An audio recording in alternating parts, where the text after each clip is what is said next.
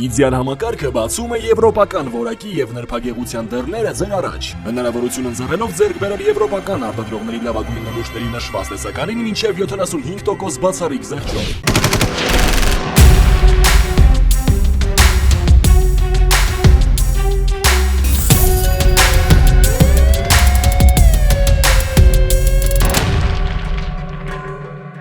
Պարզվել է, որ մի խումբ անձինք ստեղծելով հանցավոր խումբ եւ ձեռք բերելով ապօրինի զենք զինամթերք նախապատրաստել են սպանություններ, կատարել ավազակային հարձակում եւ բնակարանային գողություններ։ Միջամտելով տարբեր անձանց միջանձնային ու ֆինանսական խնդիրներին, դիմել են այսպես կոչված քրեական հեղինակության բարձրագույն կարգավիճակ ունեցող անձանց, նաեւ մասնակցել են քրեական ենթամշակույթ կրող խմբավորման հավաքներին ու գործողություններին։ Հանցավոր խմբի անդամներին մեղադրանքներ են առաջադրվել սպանության նախապատրաստության, սպանության փորձի, քրեական ենթամշակույթ կրող խմբավորմանը մասնակցելու, ապօրինի զենք զինամթերք կրելու, խուլիգանության, ավազակության, գողության, գույք ոչնչացնելու կամ վնասելու եւ թմրամիջոցներ իրացնելու հատկանիշներով։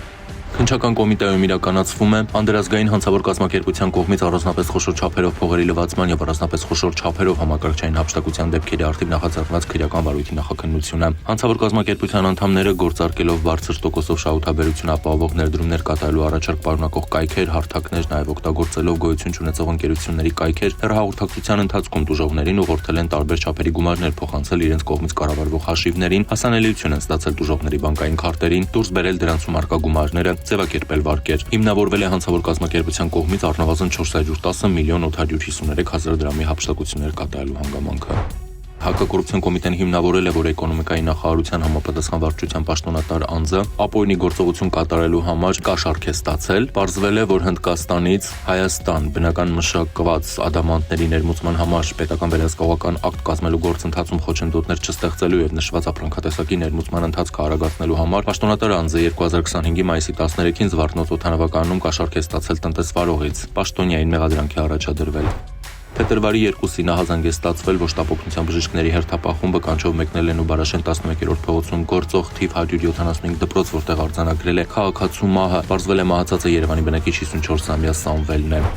Պարեկները փետրվարի 3-ին Իսակովի պողոտայում ստուգման նպատակով կանգնեցրել են BMW մակնիշի ավտոմեքենա, վարորդի սթափության վիճակը ստուգելու ժամանակ 34-ամյա ուղևորը փորձել է կաշառել պարեկներին։ Նա ձերբակալվել է։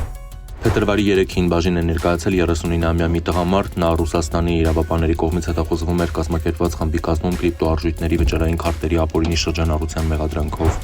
Փետրվարի 3-ին Նեղոց գյուղի Թբիլիսյան խճուղում ձերբակալվել է 43-ամյա մի տղամարդ, որը հետախուզվում էր երթևեկության անվտանգության եւ տրանսպորտային միջոցների շահագործման կանոնները խախտելու մեղադրանքով։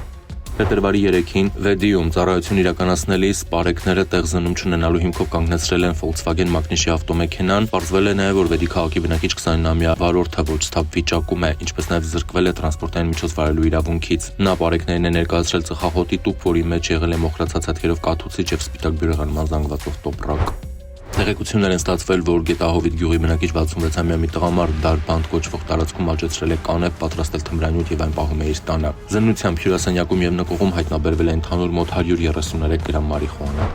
Դեկտեմբերի 31-ին Երևան-Մեղրի ավտոճանապարհին Սյունիքի մարզի բնակիչ 31-ամյա Սպարտակն իր վարած Լադա մակնիշի ավտոմեքենայով դուրս է եկել ճանապարհի երթևեկելի գոտուց ու կողաշրջված հայտնվել Ձորակում։ Վարորդը տեղափոխվել է հիվանդանոց։ Շամշանի տեղեկություններով վարորդը ծառայում է Պաշտպանության նախարարության ընձորամասում որպես պայմանագրային զինծառայող։ Փետրվարի 4-ին Վանաձորում Լոռու մարզի բնակիչ 22-ամյա Ալբերտն իր վարած Opel մակնիշի ավտոմեքենայով դուրս է եկել ճանապարհի երթևեկելի գոտուց ու մի քանի պտույտ գլորվելով քարերին բախվելով կողաշրջված հայտնվել Ձորակում, վարորդը տեղափոխվել է հիվանդանոց։ Փետրվարի 4-ին Սյունիքի մարզի բնակիչ 29-ամյա Գևորգն իր վարած Mercedes մակնիշի ավտոմեքենայով Երևանի Գայի պողոտայում վրայերթի է ենթարկել փողոցը չթույլատրելի հատվածով անցնող տղամարդ հետիոտնին։ Վարորդը փախուստի չի դիմել, զանգահարել է շտապօգնություն, որը վիրավորին տեղափոխել է հիվանդանոց։ Փետրվարի 4-ին Ողջաբերդ բնակավայրում բախվել են Kia եւ Opel մակնիշի ավտոմեքենաները, Kian դուրս է եկել երթևեկելի գոտուց, տապալել փայտե էլեկտրասյունը, բախվել ծառին, հայտնվել բնակչի քարե պարսպի մոտ, Opel-ն էլ բախվել է երկաթե ճաղավանդակին, Opel-ի վարորդը տեղափոխվել է հիվանդանոց։ Փետրվարի 4-ին Երևանի Խանջան փողոցում բախվել են Երևանի բնակիչներ 32-ամյա Էդուարդի վարած Nissan, 57-ամյա Խաժակի վարած Toyota, Արագածոտնի մարզի բնակիչ 66-ամյա Սլավիկի վարած Lexus եւ Երևանի բնակիչ 44-ամյա Հակոբի վարած VAZ-2121 մակնիշի ավտոմեքենաները երկու հոգի տեղափոխվել է հիվանդանոց։ Պարզվել է, որ վարորդներից Էդուարդը եղել է ոչ սթափ, վարորդական իրավունքի վկայական էլ չի ունեցել։ Հունվարի 31-ի գիշերը ժամը 1:15-ին ներքին գործերի նախարարության ոստիկանության Արարատի մարզի օպերատիվ կառավարման կենտրոն զանգահարած քաղաքացին հայտնել էր, որ գողացել են Ոստան գյուղի Շիրազի փողոցի տներից մեկի մոտ կայանված իր Kia Magnish-ի մեքենան։ Համայնքային ոստիկանության Արտաշատի բաժնի ծառայողները պարզել են, որ Ուրցաձոր գյուղի բնակչի մեքենան գողացել են, օգտվելով շարժիչը գործարկված եւ դռները բաց լինելու հանգամանքից։ Ձեռնարկված օպերատիվ հետախուզական միջոցառումների արդյունքում պարզվել է, որ մեքենան գողացել է Դիմիտրով գյուղի բնակիչ 34-ամյա երիտասարդը։ Նա հայտնաբերվել եւ գողացված մեքենայով հանդերձ տեղափոխվել է բաժին։ Նրա անձնական խուզարկությամբ հայտնաբերվել են թմրամիջոցի նմանվող զանգվածով կաթուցիչ, ներարկիչներ եւ ծալովի դանակ։ Կազմված փաստաթղթերը ներկայացվել են նախաքննական մարմին։